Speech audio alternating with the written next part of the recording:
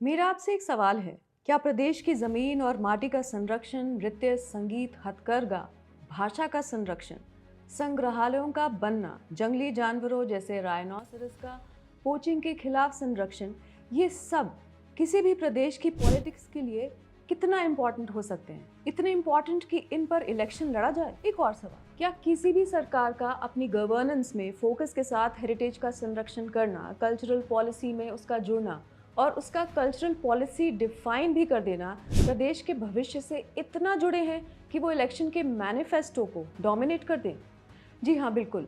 ये मैं नहीं, पिछले 10 साल में असम की राजनीति में आया बदलाव कह रहा है। ये एस्पेक्ट असम चुनाव 2026 को न केवल राजनीतिक दृष्टिकोण से बल्कि भारत के दृष्टिकोण से भी बहुत ही यूनिक बनाता है। पिछले 10 साल में असम में पॉलिटिक्स ने और गवर्नेंस ने ऐसी करवट ली है जिसने प्रदेश की ही नहीं, भारत की तस्वीर भी बदली है। और वो इसलिए क्योंकि असम में इंडिजिनस कल्चर और आइडेंटिटी, जंगल, भूमि और असम की धरोहर से जुड़े बहुत से पहलुओं ने पॉलिटिक्स और पॉलिटिकल नैरेटिव को ही नहीं, सरकार के काम और एजेंडा को भी डोमिनेट किया। नमस्कार, मैं सुमति महर्षि। असम में 9 अप्रैल को वोटिंग है। गुजरात की चाय वाले का असम के चाय बागानों तक का राजनीतिक सफर भारत और असम की राजनीति में एक नया मोड़ लाने की कगार पर है। हाल ही में पीएम मोदी एक बार फिर असम दौरे पर गए। लास्ट मंथ असम के चाय बागान श्रमिकों को भूमि स्वामित्व अधिकार प्रदान करते हुए प्रधानमंत्री नरेंद्र मोदी ने कहा कि यह इस समुदाय के प्रति उनका कर्ज चुकाने का तरीका है। प्रधानमंत्री मोदी असम में हुए ऐतिहासिक भूमि पट्टा वितरण कार्यक्रम का हिस्सा बने। चाय बागान के उन श्रमिकों के लिए जो उनकी मेहनत से पीढ़ियों से बिना किसी सुरक्षित भूमि ओनरशिप का काम करते रहे हैं, उनके लिए ये एक बहुत बड़ी उपलब्धि है। इन सब एस्पेक्ट्स को लेकर रीसेंट टाइम्स में आसाम के इंडिजिनस आइडेंटिटी और कल्चर को प्रायोरिटी के तौर पर बहुत काम हुआ। अब नतीजा ये है कि आइडेंटिटी और कल्चर असम के इलेक्शन में मुख्य इशू है। हिमंता सरकार ने तो कल्चर में परफॉर्मेटिव एस्पेक्ट पर जिस स्केल पर काम किया है वो हिस्टोरिक और पाथ ब्रेकिंग है। कुल मिलाकर कल्चर से जुड़े मुद्दों का सरकार के काम में ऐसा जबरदस्त मोबिलाइजेशन बहुत ही सराहनीय है। इसमें सबसे ऊपर थे असम की ही विभिन्न समुदायों की अपनी संस्कृति का प्रिजर्वेशन और सात्राओं की जमीन और संस्कृति की रक्षा। सात्रा असम की स्पिरिचुअलिटी, संस्कृति और कला की आत्मा है मित्रों, और इनका संरक्षण मतलब असम का सुरक्षित रहना। तो हिमंता बिस्वा शर्मा के कार्यकाल के दौरान गैर कानूनी कब्जे से जमीन खाली कराने का काम पॉलिटिकल सुर्खियों में बना रहा।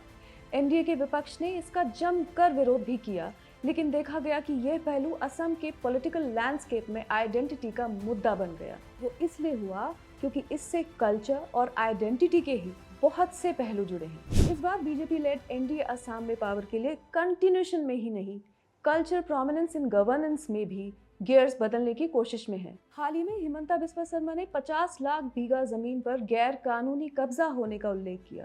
उन्होंने ये भी कहा कि अगली सरकार बनने के बाद वो और 5 लाख बीघा जमीन खाली कराएंगे और ये जमीन गरीबों में बांटी जाएगी।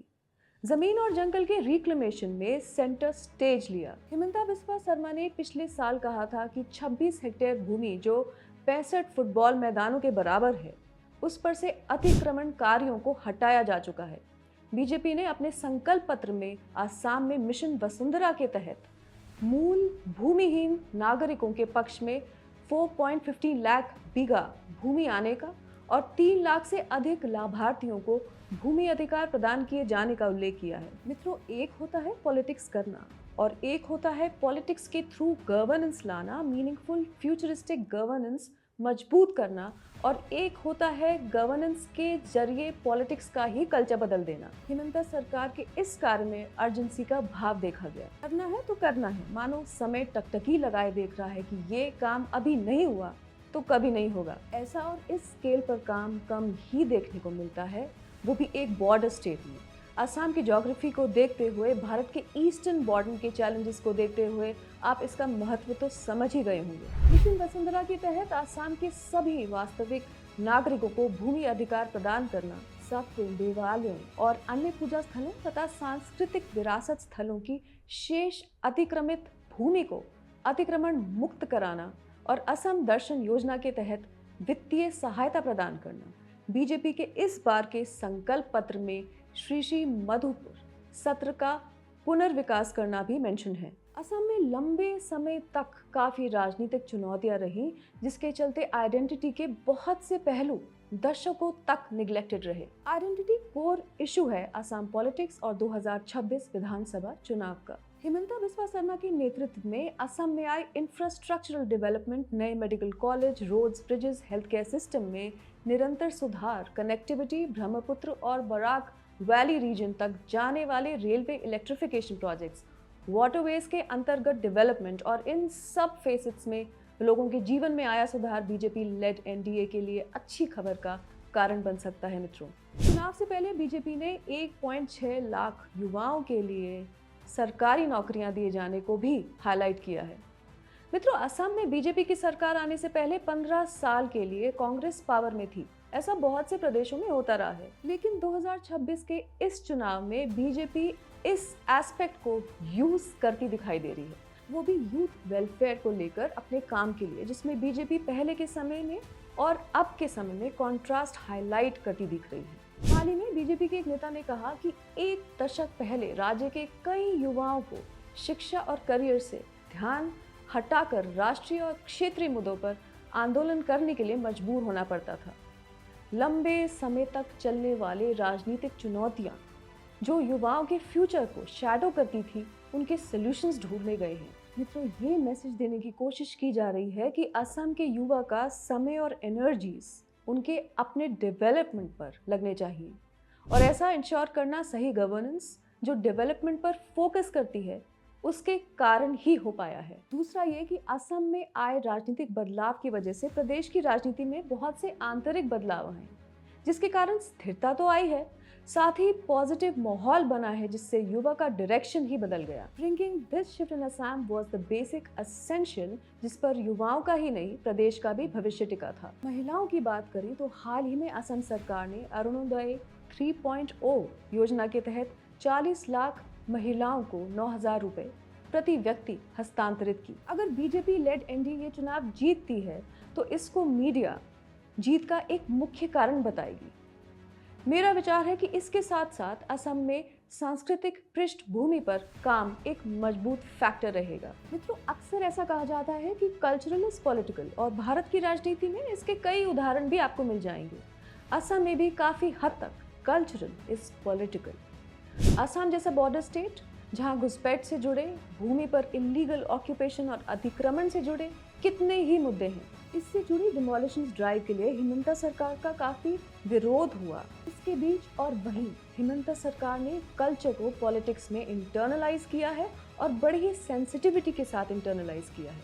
भाषा भूमि से उठती शब्दों की सुगंध है। मित्रों, 8 भाषाओं को अधिसूचित किया गया है, जिसमें मिसिंग, कार्बी, देवरी, तिवा, दिमासा, राभा, संथाली, विष्णुप्रिया, मणिपुरी, इसके अलावा बोडो, गारो और हमार भाषाओं को शिक्षा के माध्यम के रूप में पेश किया गया। ये संकेत देता है एक ऐसे लीडरशिप की तरफ जो प्रदेश के भविष्य के लिए हर तरह का डिसरप्शन करना जानती है या करने की कोशिश करती है।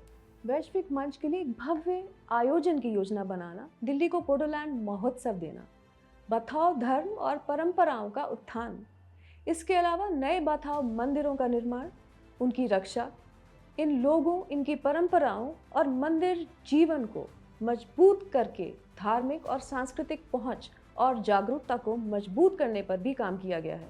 असम की नृत्य और संगीत तो ऐसे हैं कि प्रकृति ही झूम उठती है, लेकिन इन डांस फॉर्म्स का महत्व जमीन से, कल्चर के डेफिनेशन से जुड़ा है। मित्रों, बागुरुम्बा, झुमेर, विनोदिनी और बिहू नृत्यों को बड़े पैमाने पर मनाना और उनमें लोगों की भागीदारी सुनिश्चित करना, ये केवल परफॉर्मेटिव ही नहीं था, इसके पीछे एक और मोटिव था जिसका मेंशन बीजेपी के संकल्प पत्र में भी है। वो है बिहू, रास, सत्रिय, बागुरुम्बा, भावना और भ्राम्यमान थिएटर जैसे सांस्कृतिक तत्वों को विश्व पटल पर इंटेंजिबल कल्चरल हेरिटेज में शामिल करने और सांचीपाट मैन्युस्क्रिप्ट्स को memory of the world register में शामिल करने पर काम होगा।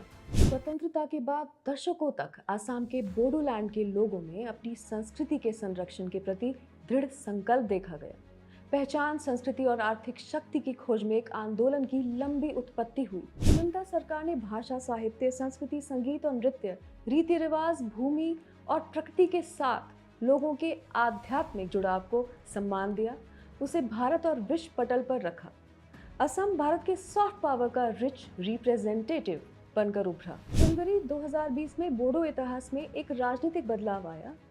इसके कंटिन्यूएशन में इस साल गुवाहाटी में 10,000 नर्तकों ने बागुरुम्बा नृत्य का प्रदर्शन किया। प्रधानमंत्री मोदी के नेतृत्व में बोडो भावनाओं को संरक्षित करने की निरंतरता सतह ही नहीं बल्कि गहरी भी थी, क्योंकि इसमें संघर्षों से भरे इतिहास के पन्नों से एक संस्कृति की पुनरुद्धार और पुनर्स्थापना जुड़े हुए हैं।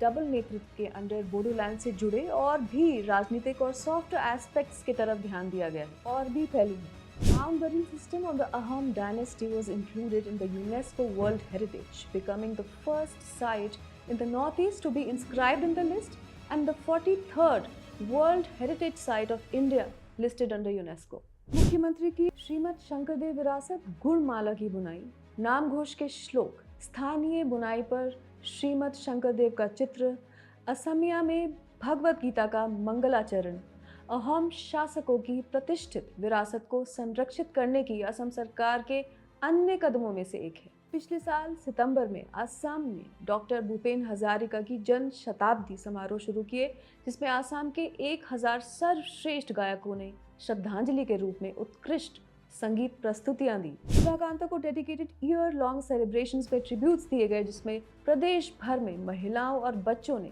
बड़ी संख्या में भाग लिया। स्वर्गीय गायक जुबीन गर्ग को इंसाफ दिलाना चुनाव में एक बड़ा मुद्दा है इस बार। हिमंता बिस्वा शर्मा से लोगों को इस इशू पर बहुत उम्मीदें भी हैं। मित्रों, असम का हथकरघा उद्योग भारत की सॉफ्ट पावर के लिए अमूल्य है। एनडीए नेतृत्व की सरकार ने हथकरघा प्रशिक्षण केंद्रों और 2000 से अधिक हथकरघा प्रदर्शन केंद्रों के साथ राज्य को मूंगा रेशम और एरी धागे का प्रचार प्रसार और समृद्धि के लिए कार्य किया है। राज्य के युवाओं के बीच बुनाई उद्योग के प्रति मजबूत आकर्षण पैदा करने का लक्ष्य बनाया गया है। अगर बीजेपी लेड नेतृत्व एक बार फिर पावर में आया तो मुझे विश्वास है ऐसा जरूर होगा। वृंदावनी वस्त्र का प्रिजर्वेशन और 10 लाख ट्रेडिशनल वीवर्स को फाइनेंशियल असिस्टेंस बीजेपी के संकल्प पत्र में मेंशन है इस बार। मित्रों, चुनाव आते जाते रहते हैं, परिणाम ऊपर नीचे हो सकते हैं, सरकारें बदलती हैं, लेकिन कोई नेतृत्व 5 या 10 साल में गवर्नेंस के जरिए स्टेट कल्चर और इंडिया की कल्चरल लैंडस्केप के लिए क्या डिलीवर करते हुए अगले चुनाव में कदम रख रहा है, इसके मायने होते हैं। इन 10 सालों में असम में ये एक बदलाव कल्चरल फिनोमेना बनकर गवर्नेंस का हिस्सा बने। क्या ऐसा भारत के हर प्रदेश में नहीं होना चाहिए? इस विषय पर आपका क्या विचार है और ये सेगमेंट आपको कैसा लगा? कमेंट्स में ज़रूर बताएं। जय हिंद, जय भारत।